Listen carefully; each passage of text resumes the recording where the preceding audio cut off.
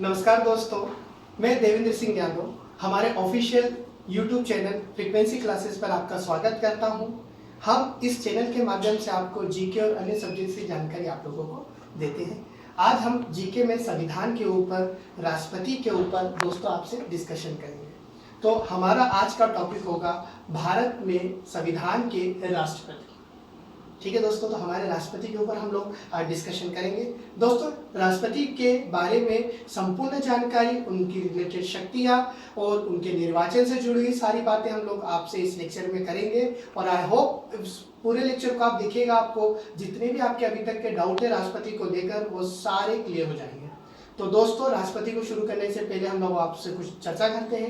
राष्ट्रपति का पद दोस्तों कई बार कहा जाता है कि ब्रिटेन से लिया है, कई बार कहा जाता है कि अमेरिका से लिया गया है। आपको ये चीज़ याद रखनी है कि ब्रिटेन में प्रेसिडेंट पद नहीं होता, तो इसलिए वो बात खारिज हो जाती है, बिल्कुल पूरी तरह से खारिज हो जाती है कि ये पद ब्रिटेन से लिया है। हाँ, कुछ शक्तियाँ हमने जरूर ब्रिटेन से राष्ट्रपति के लिए। हाँ, हमें ये जरूर याद रखना है कि ब्रिटेन जो कुछ शक्तियाँ हैं वो हमने राष्ट्रपति की एज इट इज कॉपी करी है। मगर हमने ये भी देखा है कि हमारे वहाँ जो राष्ट्रपति होते हैं वो तीनों सेनाओं के प्रमुख होते हैं। तो इसीलिए दोस्तों तीनों सेनाओं के प्रमुख अमेरिकी प्रेसिडेंट भी होते हैं। तो कहीं हद तक हम ये कह सकते हैं कि राष्ट्रपति की अधिकांश शक्तियां हमने अमेरिकी संविधान से प्रेरित होकर ली है। इसलिए ये कहना गलत नहीं होगा कि राष्ट्रपति को हमने अमेरिकी संविधान से ज्यादा प्रेरित होकर इस पद को लिया है। तो दोस्तों, हमारे आर्टिकल 52 में भारत का राष्ट्रपति होगा, ये मेंशन है।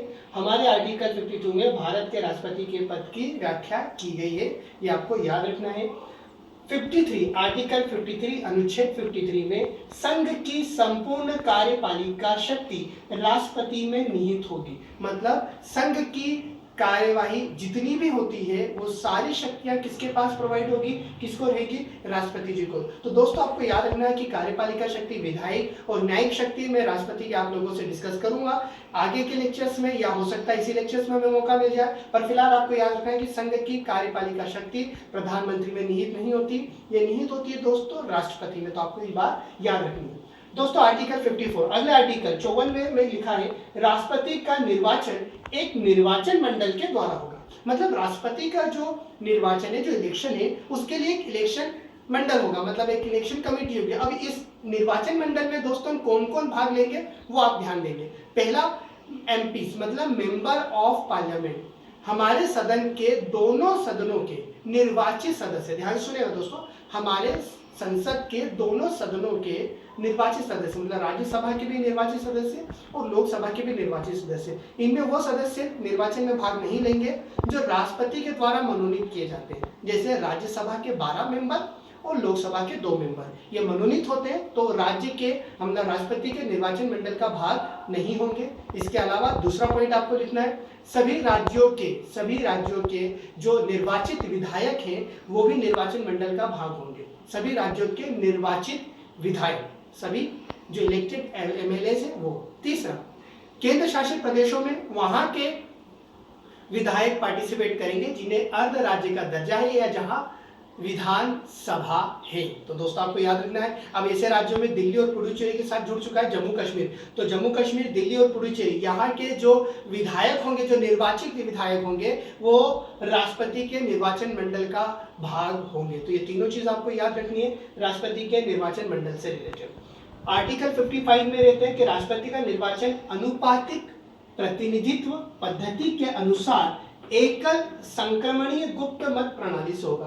देखिए दोस्तों, बहुत क्लियर लिखा है, राष्ट्रपति का निर्वाचन, मैं बिल्कुल शुद्ध हिंदी में आपको था, अनुपातिक मतलब रेशो सिस्टम रहता, प्रतिनिधित्व पद्धति थी, मतलब जिन्होंने प्रतिनिधित्व करा है, जनता के जो जनप्रतिनिधित्व है उनका एक रेशो होगा, ठीक है। और एकल संक्रमणीय मतलब सिंगल सिस्टम के द्वारा गुप्त मत प्रणाली, मतलब ये हाइड रखा जाएगा। तो आपको याद रखना है कि ये जो है इसमें अलग अलग वैल्यूज आती है। दैट मींस एमएलएस की दोस्तों वोट वैल्यूज अलग होगी और एमपीस की वोट वैल्यूज अलग होगी। तो हमने दोनों ही बोर्ड पे मेंशन करी है। देखिए दोस्तों, यहाँ बोर्ड पे ध्यान से देखते हैं कि एमएलएस वोट वैल्यू मतलब जितने भी भारत के जो निर्वाचित विधायक है उनका मत मूल्य, जब राष्ट्रपति को अपना मत देते हैं तो उनका मत मूल्य किस तरह से निकाला जाता है कि टोटल पॉपुलेशन ऑफ स्टेट, मतलब राज्य की संपूर्ण जनसंख्या, पूर्ण जनसंख्या डिवाइडेड बाय भागित elected member of legislative assembly, मतलब राज्य के निर्वाचित विधायक, राज्य की कुल जनसंख्या भागित राज्य के निर्वाचित विधायक। जैसे अगर हम मध्य प्रदेश की बात करें दोस्तों, तो यहाँ हो जाएगा 7.25 करोड़, मतलब जो 7.25 करोड़ के आसपास हमारे मध्य प्रदेश की जनसंख्या है, डिवाइडेड बाय 231 नहीं लिखेंगे दोस्तों, एक राज्यपाल के द्वारा मनोनीत होता है तो 230 और डिवाइडेड बाय 1000। तो ये जो फॉर्मूला आएगा वो एमपीज के जो एमएलएज हैं उनकी वोट वैल्यू निकल के आएगी। अब दोस्तों यहाँ पर उन लोगों को ज्यादा फायदा मिलेगा जहां पर पॉपुलेशन ज्यादा, जैसे हमारे यूपी की बात करें तो 19.5 करोड़ जनसंख्या, तो वहां के जो एमएलएज की जो वोट वैल्यू होगी वो भी ज्यादा होगी, ये आपको ध्यान रखना है। अब चलते हैं दोस्तों एमपीज वोट वैल्यू, मतलब हमारे सांसद जो राष्ट्रपति के चुनाव में भाग लेते हैं उनकी वोट वैल्यू, उनका मत मूल्य क्या होगा। तो यहाँ देखते हैं कि ऊपर sum of all the votes of MLA from all the states, मतलब जितने भी विधायकों के मत मूल्य निकले उन सभी का योग, जितने भी विधायक जो राष्ट्रपति के निर्वाचन में भाग ले रहे थे उन सभी का मत योग ऊपर आएगा और डिवाइडेड बाय, मतलब भाजित आप करेंगे टोटल इलेक्टेड एमपी, मतलब जितने भी मेंबर ऑफ पार्लियामेंट है उनकी संख्या नीचे आएगी, अगेन डिवाइडेड बाय 1000। तो ये आ जाएगी एक एमएलए, मतलब एक एमपी की, सांसद की वोट वैल्यू जो ऑब्वियसली इनसे ज्यादा होगी। फिर मिनिमम कोटा, दोस्तों ये बहुत जरूरी है कि राष्ट्रपति के निर्वाचन के लिए मिनिमम कोटा कितना रहता है कि कुल वैध मत कितने पड़े +1 डिवाइडेड बाय निर्वाचित सदस्य +1, एक मिनिमम कोटा होता है जो राष्ट्रपति के निर्वाचन के लिए जरूरी होता है। तो देखिए हमने जो अनुपातिक प्रतिनिधित्व पद्धति थी उसको हमने एमएलए वोट वैल्यू में अलग बांटा दोस्तों, एमपी वोट वैल्यू में अलग बांटा और आपसे मिनिमम कोटा। तो तीनों फॉर्मूले दोस्तों आप याद रखेंगे, तीनों फॉर्मूले बहुत ही जरूरी है जो हमारे राष्ट्रपति के निर्वाचन में काम आते हैं। अब दोस्तों हम आते हैं आप लोगों को आर्टिकल 56 के ऊपर लेके। आर्टिकल 56 में राष्ट्रपति के कार्यकाल का वर्णन है दोस्तों, ध्यान से सुनिएगा। अनुच्छेद 56 में भारतीय संविधान के अनुच्छेद 56 भाग 5 संघ में दिया है 56वें आर्टिकल में राष्ट्रपति के कार्यकाल का। दोस्तों हम सभी जानते हैं कि राष्ट्रपति का कार्यकाल 5 वर्ष का होता है। कितने वर्ष का दोस्तों? 5 वर्ष का। सभी जानते हैं कि पूर्ण कार्यकाल कितने का होगा? 5 वर्ष का। मगर आपको यह बात भी जानना बहुत जरूरी है कि यदि राष्ट्रपति के उनके कार्यकाल के पहले अगर उनको उस कार्यकाल के पहले हटाना है तो क्या 2 चीज हो सकती है। एक तो वे स्वयं त्याग पत्र दे दें, वे अपना त्याग पत्र उपराष्ट्रपति के नाम पर देंगे। ध्यान दीजिए दोस्तों, वे अपना त्याग पत्र उपराष्ट्रपति के नाम पे देंगे, ये आपको बहुत अच्छे से याद रखना है। और दूसरा तरीका होता है महाभियोग लगाना, इसको इम्पीचमेंट कहते हैं। मतलब राष्ट्रपति को महाभियोग प्रक्रिया के द्वारा उनके पद से हटाया जा सकता है। बहुत ध्यान से आप लोगों को यहाँ सुनना है, महाभियोग लगाना आसान नहीं है दोस्तों। महाभियोग जो राष्ट्रपति पे लगाया जाता है, लगाने से पहले राष्ट्रपति को 14 दिन पहले सूचना देनी होती है। राष्ट्रपति को कितने दिन की सूचना देनी होती है? 14 दिन पहले पूर्व सूचना देना होती है। और राष्ट्रपति को संविधान के हनन पे आप 2 ही आधार लगा सकते हैं, संविधान के हनन पे और साबित कदाचार के आधार पे। संविधान का हनन और साबित कदाचार के आधार पर ही राष्ट्रपति पे महाभियोग लगाकर उनको उनके कार्यकाल के पूर्व हटाया जा सकता है और वे स्वयं भी इस्तीफा देकर, त्याग पत्र देकर उपराष्ट्रपति के नाम पर उस पद से हट सकते हैं। हटने के बाद दोस्तों आपको याद रखना है कि राष्ट्रपति का पद 6 महीने से ज्यादा समय के लिए खाली नहीं रह सकता। तो 6 महीने के लिए उस कार्य को उपराष्ट्रपति ही संभालेंगे प्रभारी के तौर पर, और इन 6 महीने के बीच में ही हमें नेक्स्ट राष्ट्रपति चुनना जरूर हो जाएगा। अर्थात जो संसद का निर्वाचन मंडल है, जो हमने अभी राष्ट्रपति निर्वाचन मंडल की बात करी, उनका दायित्व बनेगा कि 6 महीने के भीतर ही वे नया राष्ट्रपति चुनकर हमें दे। तो आपको याद रखना है राष्ट्रपति का कार्यकाल 5 वर्ष का होता है और अगर उनको हटाना है तो 14 दिन पूर्व सूचना देनी पड़ती है। एक तो वो स्वयं त्याग पत्र दे सकते हैं उपराष्ट्रपति जी को और महाभियोग लगा सकते हैं। हम इसको और आगे चल के डिस्कस करेंगे आर्टिकल 61 में। बहुत टाइम पे दोस्तों आपको याद रखना है। अब आते हैं दोस्तों आर्टिकल 57 में, मतलब 57 में दिया है, अनुच्छेद 57 में दिया है पुनः निर्वाचन। ये बहुत आईएमपी लाइन है दोस्तों, हमने जिनसे ये कॉपी करा है उनको थोड़ा सा ये हमने टिल्ट करा है। हमने राष्ट्रपति के पद को आपसे बताया था कि हमने राष्ट्रपति का पद अमेरिकी संविधान से प्रेरित होकर लिया है। जहां तक हम अमेरिकी संविधान की बात करते हैं दोस्तों, वहां के जो राष्ट्रपति है वो 2 बार से ज्यादा भाग नहीं ले सकते, मतलब उनका निर्वाचन 2 बार से ज्यादा नहीं हो सकता। जैसे अभी डोनाल्ड ट्रंप अमेरिका के राष्ट्रपति हैं, एक बार वो चुनाव लड़े और जीते और इसी बार वो राष्ट्रपति बन गए। अगर वो चुनाव हार जाते तो अगली बार उनके लिए एक ही बार बचता। आप हारे या जीते, अमेरिका के संविधान में ये मेंशन है कि राष्ट्रपति अपने चुनाव के लिए 2 बार ही पार्टिसिपेट कर सकता है। यहाँ ऐसा नहीं है। हमने जो उनसे यहाँ पर जो इंस्पायर होकर जो हमने आर्टिकल लिया है, हमारे वहाँ पुनर्निर्वाचन में दोस्तों राष्ट्रपति कितनी भी बार पुनर्निर्वाचित हो सकता है। हम यहाँ 2 से ज्यादा बार की बात कर रहे हैं। दैट मीन्स कि अगर हम चाहें तो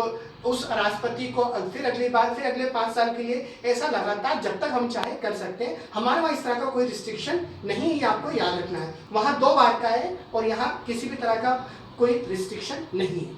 आगे चलते हैं दोस्तों, बहुत टाइम भी लाए। हर बच्चा चाहता है कि हम हमारे देश के जो प्रथम नागरिक है, राष्ट्रपति को दोस्तों प्रथम नागरिक भी कहा जाता है। ये मैं आप लोगों को अच्छे से याद है। फर्स्ट जो सिटीजन होते हैं किसी कंट्री के तो राष्ट्रपति होते हैं, और उनकी जो धर्मपत्नी होती है वो फर्स्ट वुमेन के नाम से जानी जाती है। तो ये आपको याद रखना है कि भारत का पहला नागरिक भी राष्ट्रपति होता है, और उनकी जो पत्नी होती है वो भारत की प्रथम महिला कही जाएगी। किसी भी देश में यही प्रावधान है।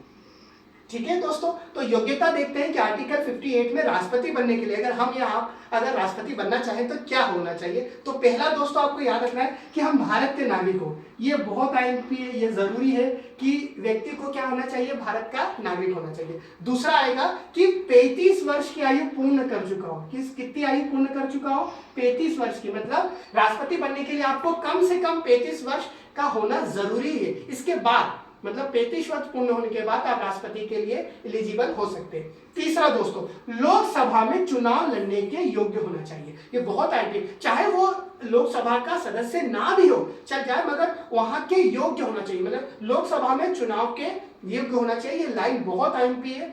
और चौथा है, लाभ के पद पे ना हो। ये दोस्तों मैं समझाऊंगा आपको। लाभ के पद पे मतलब किसी पद पे नहीं होना चाहिए। एक तो बहुत जरूरी बात है कि किसी भी विधानमंडल का भाग नहीं होना चाहिए। राष्ट्रपति जो रहते हैं किसी भी विधानमंडल का भाग नहीं होते, और अगर वो संसद का भाग है तो राष्ट्रपति चुनाव के लिए उस संसद के जो पद है उसको वो त्यागेंगे। जैसे प्रणब मुखर्जी जो पहले वित्त मंत्री थे दोस्तों, उन्होंने वित्त मंत्रालय से अपना इस्तीफा दिया और उसके बाद ही उन्होंने अपने राष्ट्रपति चुनाव के लिए निर्वाचन भरा था। तो आपको ये याद रखना है कि लाभ के पद पे ना हो। हम वापस से आते हैं, भारत का नागरिक हो, 35 वर्ष की आयु पूर्ण कर चुके हो, लोकसभा के चुनाव के लिए योग्य हो और लाभ के पद पे ना हो। इसके अतिरिक्त तो दोस्तों जो निर्वाचन मंडल है उसमें भी आपको याद रखना है कि उनके लिए और क्या जरूरी है। ऐसा ही नहीं कि ये सारी चीजें हमने फुलफिल कर दी तो हम डायरेक्ट राष्ट्रपति के लिए चुनाव। जो निर्वाचन मंडल हमने जो आपको बताया था उसमें से 50 प्रस्तावक आपके सपोर्ट में होना चाहिए और 50 अनुमोदक जो निर्वाचन मंडल में हो। मतलब हमने जो कहा था कि राज्यसभा के सभी विधायक जो निर्वाचित हैं, राज्यसभा और लोकसभा के जो निर्वाचित सदस्य होते हैं संसद में जो बैठते हैं, और दिल्ली और पुडुचेरी जम्मू कश्मीर के, तो उनमें से 50 प्रस्तावक आपके नाम के होना चाहिए अगर आप राष्ट्रपति के लिए खड़े हैं, और 50 अनुमोदक होंगे। तभी आप ये सारी फुलफिल कैटेगरी और ये 2 फुलफिल कैटेगरी करेंगे, तभी आप राष्ट्रपति के चुनाव के लिए खड़े होंगे। ये ध्यान रखना दोस्तों कि जो निर्वाचन मंडल होगा वो ये सारी चीजें तो आपको देखेगी। 50 प्रस्तावक होंगे उसमें जो आपके समर्थन में होंगे, और अनुमोदक भी कितने होने चाहिए दोस्तों, 50। प्लस जब आप राष्ट्रपति चुनाव के लिए फॉर्म भरते हैं तो 15,000 जमानत राशि होती है। कितनी होती है दोस्तों, 15,000 जमानत राशि। और ये RBI के नाम पर, reserve bank of India, Bharat के केंद्रीय बैंक के नाम पर जमानत राशि दी जाएगी। और अगर जितने वैधिक वोट है, मतलब जितने मत पड़े, अगर उसमें से उस बंदे को 1/6 वोट भी नहीं मिले तो जो जमानत हो जाएगी राशि वो क्या हो जाएगी दोस्तों, जब्त हो जाएगी। ये सारी कैटेगरी, सारी योग्यता किस में आती है दोस्तों, राष्ट्रपति के चुनाव में। चलिए दोस्तों अब हम अगले आर्टिकल की ओर चलते हैं। आर्टिकल 59। आर्टिकल 59 में दिया गया है दोस्तों राष्ट्रपति पद के लिए शर्तें। मतलब राष्ट्रपति पद के लिए कुछ शर्तें हैं दोस्तों। वो ये जो मैं भी आपसे अभी डिस्कस करी थी थोड़ी देर पहले कि राज्य के किसी भी विधानमंडल का सदस्य नहीं होंगे। जो राष्ट्रपति पद के लिए खड़े हैं वो किसी भी राज्य के विधानमंडल के किसी भी सदन का सदस्य नहीं होंगे। मतलब राज्य विधानमंडल के, ना ही वो विधानसभा के सदस्य हो सकते हैं, ना ही विधान परिषद के। और अगर वो संसद के सदस्य हैं तो राष्ट्रपति पद के लिए उन्हें संसद जो सदस्यता है वो मतलब त्यागनी पड़ेगी। दैट मीन्स वो किसी अगर पद पे तो उनको वो पद त्यागना पड़ेगा, उसके बाद ही वो, क्योंकि लाभ के पद पे नहीं हो सकते दोस्तों, ये आपको याद रखना है। जैसे मीरा कुमारी ने करा था, वो राज्यपाल के पद पे थे और कोविंद साहब के साथ उन्होंने जब चुनाव लड़ा तो उन्होंने वो जो अपना राज्यपाल का जो पद था उसको त्यागा, फिर चुनाव लड़ा। तो आपको याद रखना है कि लाभ के पद पे नहीं होंगे, इसलिए वो सारे वो पद छोड़ देते हैं। और पहली बात तो एक कंडीशन जरूरी कि किसी भी राज्य के विधानमंडल के किसी भी सदन के सदस्य वो नहीं हो सकते। आगे चलते दोस्तों, राष्ट्रपति का शपथ ग्रहण, ये आर्टिकल 60 में दोस्तों बहुत याद रखना है आपको अच्छे से कि राष्ट्रपति द्वारा शपथ ग्रहण, ये बहुत अच्छे से याद रखना है कि राष्ट्रपति जी को शपथ कौन दिलाता है। राष्ट्रपति को शपथ दिलाते हैं भारत में जो चीफ जस्टिस होते हैं, मतलब हमारे वहां जो chief justice of supreme court होते हैं, मतलब मुख्य न्यायाधीश, मतलब हमारे सुप्रीम कोर्ट के जो मुख्य न्यायाधीश होते हैं वो राष्ट्रपति जी को क्या कर दिलाते हैं, शपथ दिलाते हैं। और यदि राष्ट्रपति के जो चीफ जस्टिस है अगर वो उपस्थित नहीं हो, राष्ट्रपति को शपथ दिलाने के लिए अगर सुप्रीम कोर्ट के मुख्य न्यायाधीश उपस्थित नहीं है, तो जो अन्य जो 30 न्यायाधीश होते हैं उनमें जो सबसे वरिष्ठ होंगे अनुभव में, वो राष्ट्रपति को शपथ दिलाएंगे। आपको दो बातें दोस्तों याद रखनी है। एक कि राष्ट्रपति जो शपथ लेते हैं वो मुख्य न्यायाधीश के द्वारा लेते हैं, और जब ये अपना इस्तीफा देते हैं तो ये उपराष्ट्रपति को देते हैं। ये थोड़ा सा आप ध्यान रखेंगे, बाकी आपको सारी चीजें समझ में आएगी। तो राष्ट्रपति को शपथ दिलाने का काम करते हैं मुख्य न्यायाधीश, ठीक है, ये आपको याद रखना है। और अगर वो मुख्य न्यायाधीश उपस्थित नहीं हो तो उनकी गैर हाजिरी में जो सबसे ज्यादा अनुभव लिया हुआ जो न्यायाधीश होगा, जो वरिष्ठ न्यायाधीश होगा, वो राष्ट्रपति जी को शपथ दिलाएंगे। 61 में चलते हैं दोस्तों, महाभियोग, इम्पीचमेंट। मैंने अभी बात करी थी कि राष्ट्रपति को उनके कार्यकाल के पहले हटाने के लिए संविधान हनन या जो हम साबित कदाचार के आधार पर उनको हटा सकते हैं। हटाने के पहले 14 दिन का एक पूर्व नोटिस उनको देना पड़ेगा। नोटिस अगर सही नहीं आया अपनी शर्तों पर तो संसद के किसी भी सदन, ध्यान दीजिए सुनो, चाहे राज्यसभा हो या लोकसभा हो, संसद के किसी भी सदन से राष्ट्रपति के ऊपर महाभियोग की प्रक्रिया शुरू की जा सकती है। महाभियोग की प्रक्रिया में एक सदन से जब वो 2/3 बहुमत प्राप्त कर दूसरे सदन पे जाएगा तो दूसरे सदन से भी 2/3 बहुमत प्राप्त करना जरूरी होगा। इसके अलावा सभी विधानसभा, मतलब जितने भी राज्यों की विधानसभा है वहां से ये 2/3 बहुमत से पास होगा। तीनों जगहों से, दिल्ली पुडुचेरी से भी होगा, तो वहां सभी से ये प्राप्त होकर महाभियोग तुरंत लागू किया जाएगा और तुरंत राष्ट्रपति को उनके पद से हटा दिया जाएगा। हटाने के बाद उपराष्ट्रपति राष्ट्रपति के पद को संभालेंगे, बस 6 महीने से ज्यादा नहीं। ये मैंने आपको बताया 6 महीने से ज्यादा नहीं। एक चीज गौर करने लायक है दोस्तों, जब राष्ट्रपति के निर्वाचन की हमने बात करी थी ना, तो हमने निर्वाचन में सिर्फ निर्वाचित सदस्य लिए थे, मनोनीत सदस्य नहीं लिए थे। मगर जब राष्ट्रपति को हटाने की बात होगी तो ये बात कम लोग जानते हैं कि हटाते समय मनोनीत सदस्य भाग ले सकते हैं। तो दोस्तों आपको याद रखना है कि राष्ट्रपति को जब महाभियोग द्वारा हटाया जाएगा तो महाभियोग हटाते समय वो 12 जो राज्यसभा के, वे 2 लोग जो लोकसभा के और अन्य राज्यों के जो मनोनीत सदस्य जो राज्यपाल मनोनीत करते वे सब भाग ले सकते हैं राष्ट्रपति के महाभियोग में।